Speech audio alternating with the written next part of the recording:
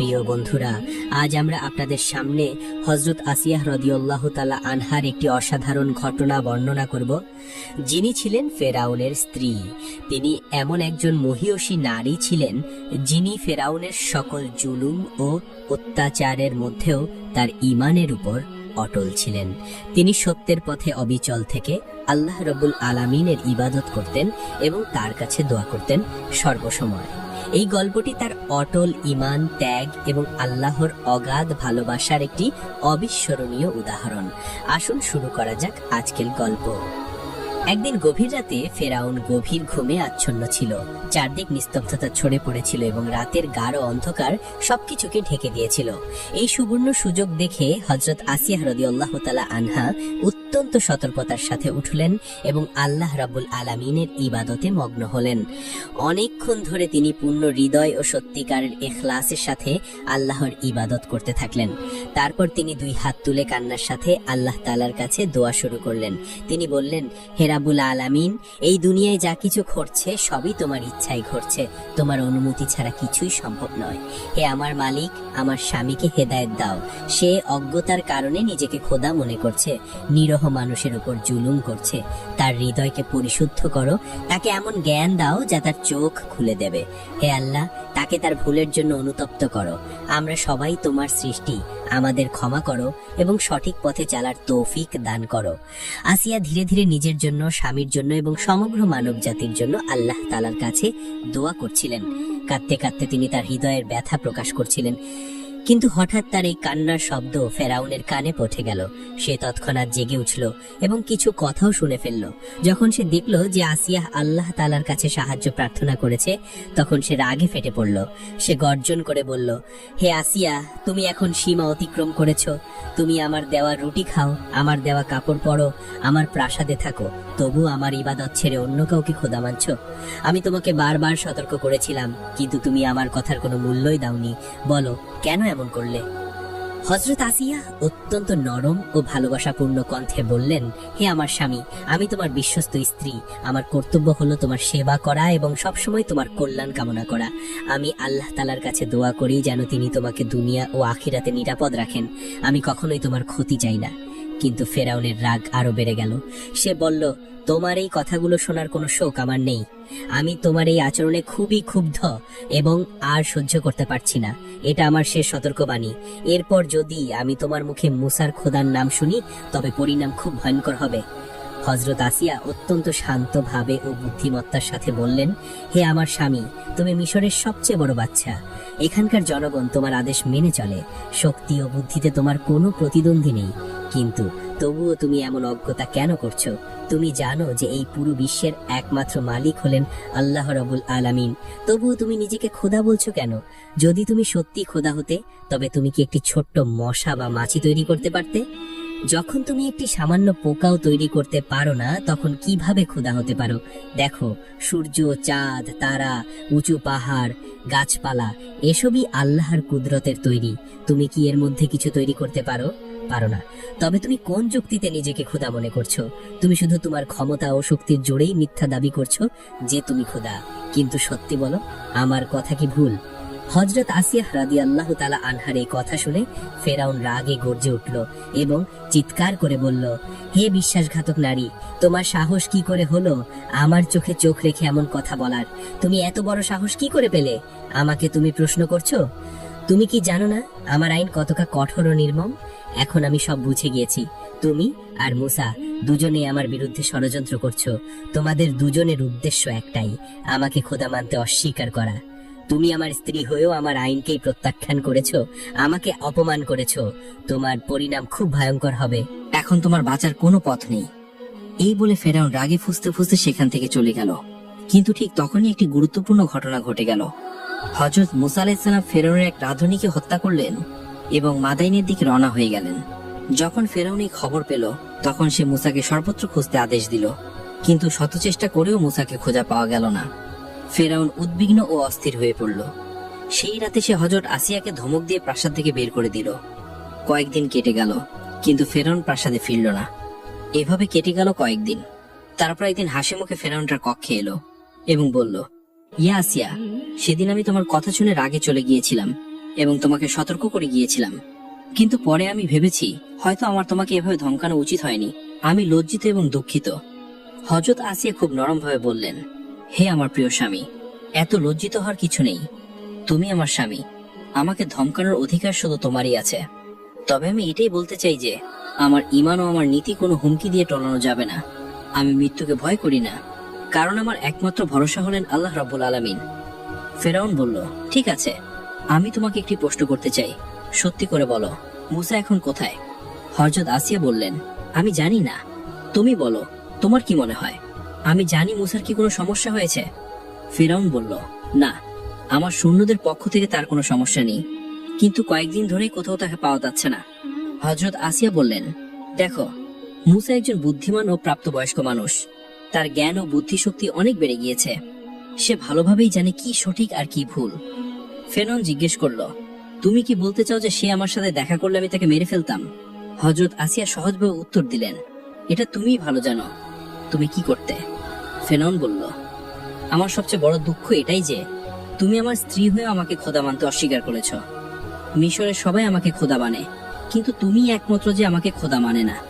আমি এই দেশের বাদশা, আমাকে সব জুলুম ও ইনসাফের সিদ্ধান্ত নিতে হবে। কিছুদিন আগে মূসা আমার এক রাধুনীকে হত্যা করে পালিয়ে গিয়েছে। যদি আমি তার হিসাব না করি, তবে আমার জনগণ আমার সম্পর্কে কি ভাববে?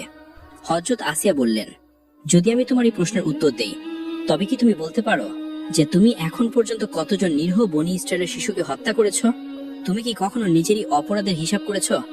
তুমি শুধু একজন জ্যোতিষীর কথায় বিশ্বাস করে হাজার হাজার নিরীহ শিশুর প্রাণ নিয়েছ।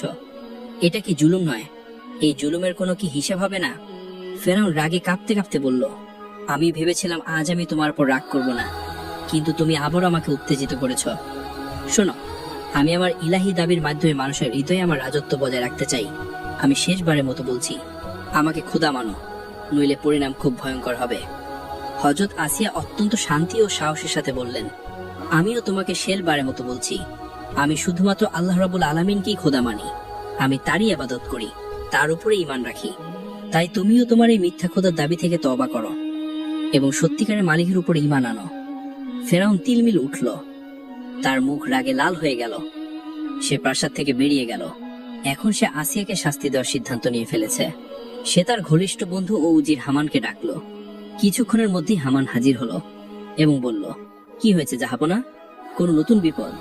ফেরাউন গম্ভীর কণ্ঠে বলল, হামান, তুই আমার শৈশবের বন্ধু, আমার প্রতিটি সাফল্য তোর হাতে এসেছে, কিন্তু এখন একটি পারিবারিক সমস্যা দেখা দিয়েছে। আমার স্ত্রী আসিয়া আমাকে খোদা মানতে অস্বীকার করছে। আমি তাকে হুমকি দিয়েছি, ছেড়ে দিয়েছি, কিন্তু সে এখনো রাতে আল্লাহ তাআলার কাছে দোয়া করে, কাঁদে, বিড়বিড় করে। এমনকি এখন সে মূসাকেও তার পথে নিয়ে গিয়েছে। এই কথা কারো কানে যেন না যায়। এখন তুই বল, এই বিদ্রোহী নারীর কি করা উচিত? তাকে কি শাস্তি দেওয়া যায়? হামান বলল, আমার মতে বেগম সাহিবাকে বন্দী করে ফেলা উচিত। আর যদি কেউ প্রশ্ন করে, তবে আপনি ঘোষণা করতে পারেন যে ফেরাউনের আইন সবার জন্য সমান। যে কেউ তার বিরুদ্ধে যাবে, সে নিজের হোক বা পরের, সে অবশ্যই শাস্তি পাবে। ফেরাউন বলল, একদম ঠিক। এতে দুটি সুবিধা হবে। প্রথমত, লোকেরা মনে করবে আমি ন্যায়পরায়ণ, আর দ্বিতীয়ত, বন্দী থাকার কারণে আসিয়ার ঈমান দুর্বল হয়ে যাবে এবং সে বাধ্য হয়ে আমাকে খোদা মানতে শুরু করবে। পরের দিনই হযরত আসিয়া ও তার সন্তানদেরকে কারাগারে পাঠালো, শুধুমাত্র এই কারণে যে তিনি তাওহীদের পথে অটল ছিলেন। এরপর শুরু হলো একজন সত্যিকারের মুমিনের কঠিন পরীক্ষা। ফেরাউন খাবার পানি সব বন্ধ করে দিল এবং কারাগারের কাছে পচা গলা লাশ ফেলে দিল। দুর্গন্ধে পরিবেশ বিষাক্ত হয়ে উঠল। তখন সন্তানরা তাদের মাকে জিজ্ঞেস করলো, আম্মা, আমরা কি হকের পথে আছি? আমরা হকের পথে আছি বাবারা। আমাদের সব পরিস্থিতিতেই ধৈর্য ধরতে হবে, আল্লাহর উপর ভরসা করতে হবে। তিনি অবশ্যই আমাদের সাহায্য করবেন। এটাই ঈমানের প্রকৃতি পরীক্ষা। আর জয় ইনশাআল্লাহ আমাদেরই হবে। দিন কেটে যেতে লাগলো। একদিন হামান নিজে এলো। সে বলল, বেগম সাহেবা, আপনি শুধু আপনার স্বামীকে খোদা মানলেই সব শেষ হয়ে যাবে। এই কষ্ট, এই অপমান সব শেষ হবে নিমিষেই। আপনি আবার রাজপ্রাসাদে ফিরে যাবেন। ঐশ্বর্য, সম্মান সবকিছুই আপনার পদতলিতে হবে। ভেবে দেখুন, একদিকে রাজত্ব, আরেকদিকে এই বিপদ। হযরত আসিয়া শান্তভাবে বললেন, হামান, আমি জানি তুমি আমার স্বামীর বন্ধু, কিন্তু তুমিও সে যে পথে চলছো তা ধ্বংসের পথ। আমি তাই স্পষ্ট দেখতে পাচ্ছি। আজ তুমি আমাকে ভয় দেখাতে এসেছো, মৃত্যুর ভয় দেখাচ্ছ। আমি জানি একদিন সবাইকে মরতে হবে, কিন্তু মৃত্যুর পর তুমি বা ফেরাউন আমার ভাগ্যের মালিক থাকবে না, তখন আমি শুধু আমার মালিকের দরবারে থাকবো। হামান হতাশ হয়ে চলে গেল, কিন্তু হযরত আসিয়ার ঈমান আরো দৃঢ় হতে লাগলো। জুলুম তার চরণে পৌঁছালো, কিন্তু তিনি প্রতিটি কষ্ট ধৈর্যের সাথে সহ্য করছিলেন। একদিন ফেরাউনের মনে তার পুরনো কথা, তার ভালোবাসা মনে পড়লো। সে ভাবলো, যদি আসিয়া শুধু মুখে হলেও আমাকে খোদা মানত, তবে আমি তাকে ছেড়ে দিতাম। হয়তো এখন সে ভেঙে পড়েছে। এইভাবে সে হামানকে নিয়ে কারাগারে গেল। হামান বলল, বেগম সাহেবা, আপনার স্বামী এখনো আপনাকে অনেক ভালোবাসেন, কিন্তু আপনি তার কথা না মানায় তাকে বাধ্য হয়ে আপনাকে বন্দী করতে হয়েছে। এখনো সময় আছে, যদি আপনি তাকে খোদা মানেন তবে সবকিছু আগের মতো হয়ে যাবে। হযরত আসিয়া ফেরাউনের চোখে চোখ রেখে বললেন, হে আমার স্বামী, যে নিজের সত্যি ও অহংকারে নিজেকে খোদা বলে এবং নিজের স্ত্রী সন্তানদের কারাগারে পাঠায়, সে আজ আমাদের দেখতে এসেছে। তবু আমি খুশি যে তুমি আমাদের দেখতে এসেছো। ফেরাউন বলল, আসিয়া, তুমি আমার প্রথম স্ত্রী। আমি আমার জীবনের শুরুটা তোমার সাথে করেছি। তুমি জানো আমি তোমাকে কতটা ভালোবাসি। তবু আমি তোমাকে কেন বন্দী করেছি তাও তুমি জানো। আমার আর কোনো পথ খোলা নেই। আমি তোমাকে শেষবারের মতো বলছি, শুধু মুখে হলেও আমাকে আল্লাহ মানো, আমাকে খুদা মানো।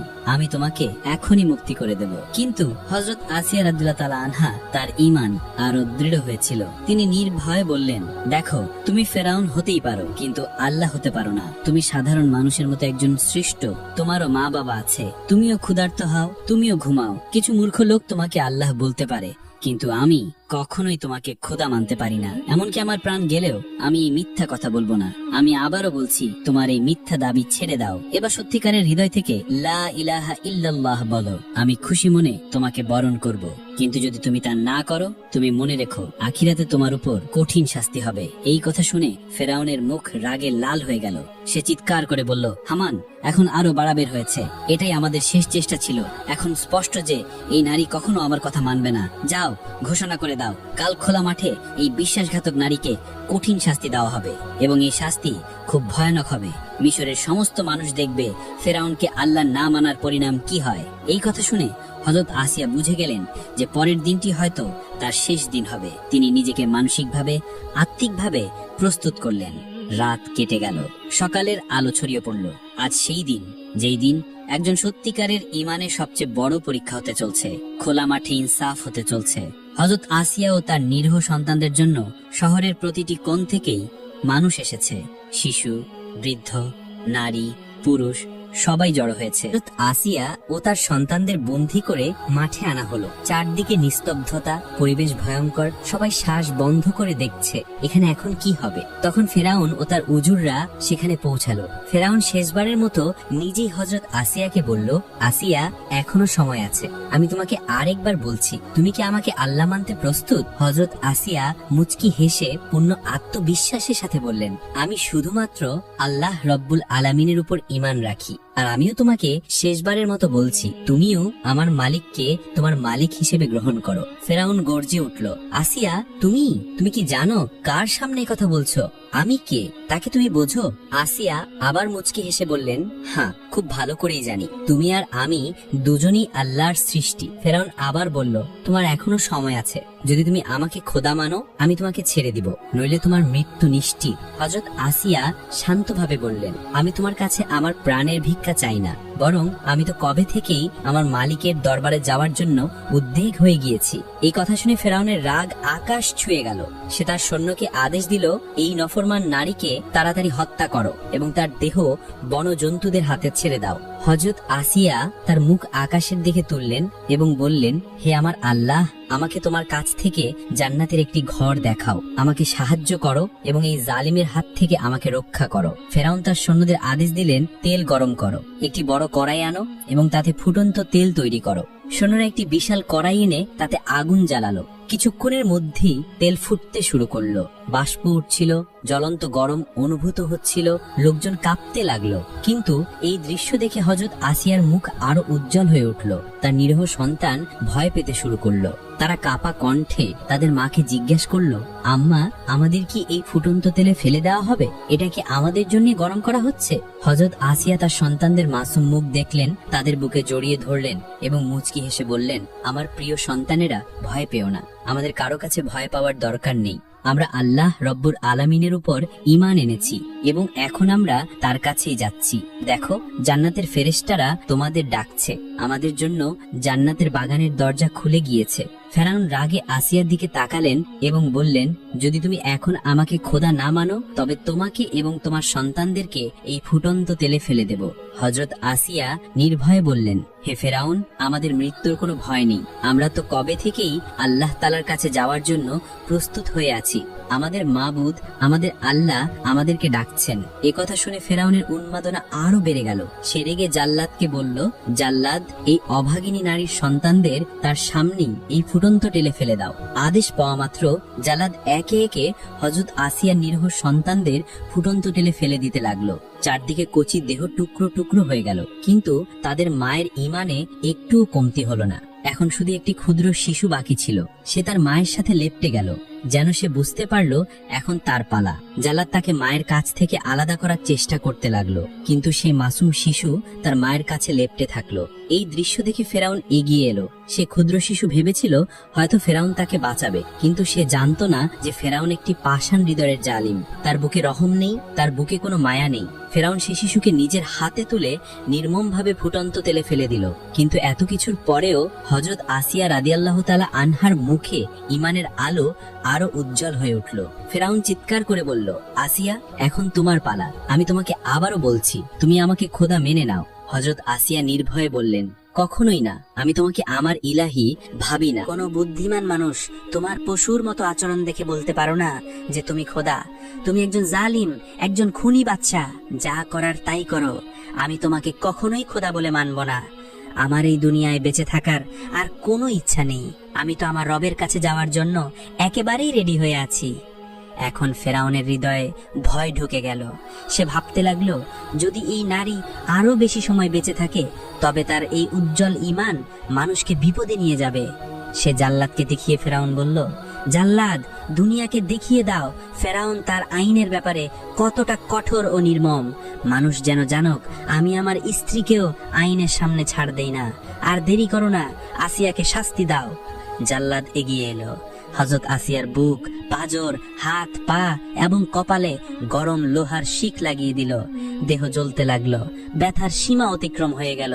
কিন্তু এই কষ্টের মধ্যেও হযরত আসিয়ার জিহ্বা ছিল শুধু একটি দোয়া, হে আমার রব, হে আমার মালিক, আমার পরওয়ারদিগার, আমাকে এই জালিম ফেরাউনের হাত থেকে মুক্তি দাও এবং আমার জন্য জান্নাতে একটি ঘর তৈরি করো।